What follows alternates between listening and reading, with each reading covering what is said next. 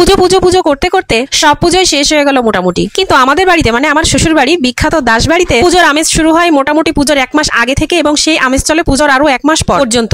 আর তার বিশেষ কারণ হচ্ছে এই পুজোতে মানে কালী পুজোতে আমাদের বাড়ির যে যেখানে আছে সবাই মোটামুটি আমরা এক জায়গায় হওয়ার চেষ্টা করি। ছেলে মেয়ে নাতি পুতি সবার শ্বশুর বাড়ির লোকজন আত্মীয় স্বজন সবাই আমরা সেই দিন উপস্থিত হই। এত উৎসাহ ভরে সবার এক জায়গায় উপস্থিত হওয়ার মূল একটা কারণ হচ্ছে সেটা আমাদের স্পেশাল এই পূজার পরের দিন যে সাংস্কৃতিক অনুষ্ঠান আমরা করি সেইটা। আর এই অনুষ্ঠানের প্রস্তুতি চলে পুজোর আরো 1 মাস থেকে। সবাই মিলে বিভিন্ন রকম আইডিয়া দিয়ে জল্পনা কল্পনা মানে সারাক্ষণ যেন মনের মধ্যে একটা পুলক অনুভব হয় আমাদের সবার। এটা যে শুধুমাত্র সাংস্কৃতিক অনুষ্ঠান নাচ গান তেমন না, এখানে বিভিন্ন পর্যায়ে রয়েছে বিভিন্ন রকম খেলাধুলো প্রতিযোগিতা রয়েছে, বিচারক মন্ডলী যাচাই বাছাই, আকর্ষণীয় বিভিন্ন ধরনের পুরস্কার যার আকর্ষণে সবাই মিলে ছুটে ছুটে আসে বারবার। ছোট থেকে বড় বাচ্চা থেকে বুড়ো সবাইকেই আমরা প্রতিযোগিতার ভিতরে রাখি, কাউকেই আমরা বাদ দিই না। আর এই প্রতিযোগিতার ফাঁকে ফাঁকে সবার মনোরঞ্জন করার জন্য বিভিন্ন রকম নাচ গান কৌতুক এগুলো তো থাকেই। তো এবছরে তার ব্যতিক্রম ঘটেনি, বরং অন্যান্য বছরের তুলনায় এবছর আমরা আরো অনেক বেশি আনন্দ করেছি। কারণ প্রত্যেক বছরই আমরা নতুন নতুন আইডিয়া পাই আর আমাদের অনুষ্ঠান আরো একটু করে আপগ্রেড হয়। আর প্রত্যেক বছরই আমাদের প্রতিযোগী এবং দর্শক সংখ্যা আরো একটু একটু করে বাড়ে, কারণ এই অনুষ্ঠানটা সবারই খুবই ভালো লাগে। তো এবছরও আমাদের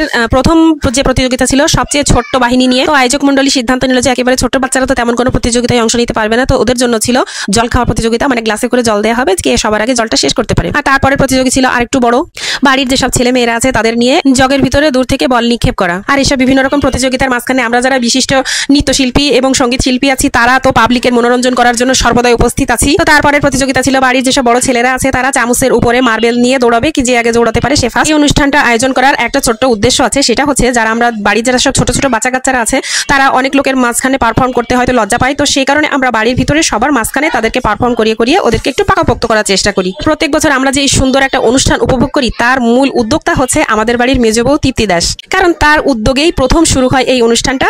অবশ্য আমরা বাড়ির সবাই তার সাথে থাকি, অর্থনৈতিকভাবে মানসিকভাবে সব দিক দিয়েই আমরা তার সাথে থাকি। তারপরও কিছু কিছু মানুষের অবদান আসলে না বললেই নয়। বছরের সবচেয়ে আকর্ষণীয় একটা খেলা ছিল, সেটা হচ্ছে বাড়ির যেসব ছেলেরা আছে তো তারা একপাশে হাত দিয়ে দাঁড়িয়ে থাকবে এবং বউদের চোখ বেঁধে দেওয়া হবে, তারা গিয়ে আঙ্গুল স্পর্শ করে চিনবে যে কেটা কোনটা তাদের জামাই। এটা খুবই একটা মজার এবং অসম্ভব খেলা, কারণ তোমরাই বলো একটা আঙ্গুল স্পর্শ করে কখনো বোঝা যায় যে কোনটা কার জামাই। আর আমি যেহেতু বাড়ির বড় বউ তো আমি আগে ছিলাম সবার আগে, কিন্তু দেখো কাহিনী, আমি ভুল করে আমার দেওরকে নির্বাচন করেছি এবং ওই যে দেখো আমার জামাই সেও খুব খুশি। এই হচ্ছে আমাদের দাস পরিবার, যেখানে আমরা সব অবস্থায় খুশি। তো আমরা এইসব বিভিন্ন রকম খেলা নাচ গান হই হুল্লোড় এইসব করেই আমরা ওই দিন পুজোর পরের দিন সারাটা রাত পার করে দিই। কারণ অনুষ্ঠানের শেষে থাকে পুরস্কার বিতরণী, আরো একটা আকর্ষণ আছে, সেটা হচ্ছে লটারি লটারি লটারি ভাগ্য পরীক্ষা, যেটার ভিতরে থাকে টান টান উত্তেজনা এবং সব শেষে থাকে পুরস্কার বিতরণী পর্ব। আর এইসব অনুষ্ঠান করতে করতে প্রায় 12টা 1টা 2টো বেজে যায় কখন যে আমরা টেরি পাই না। এবং তারপরে থাকে সামনে ধুনুচি নাচ। এবছর অবশ্য আমরা বাড়ির বউরা মেয়েরা ছেলেরা সবাই মিলে মনের আনন্দে ধুনুচি নাচ করেছি। শ্বশুর বাড়ির উঠোনে বউরা নাচবে এই দৃশ্য আমাদের দাস পরিবারেই দেখা যায়, কারণ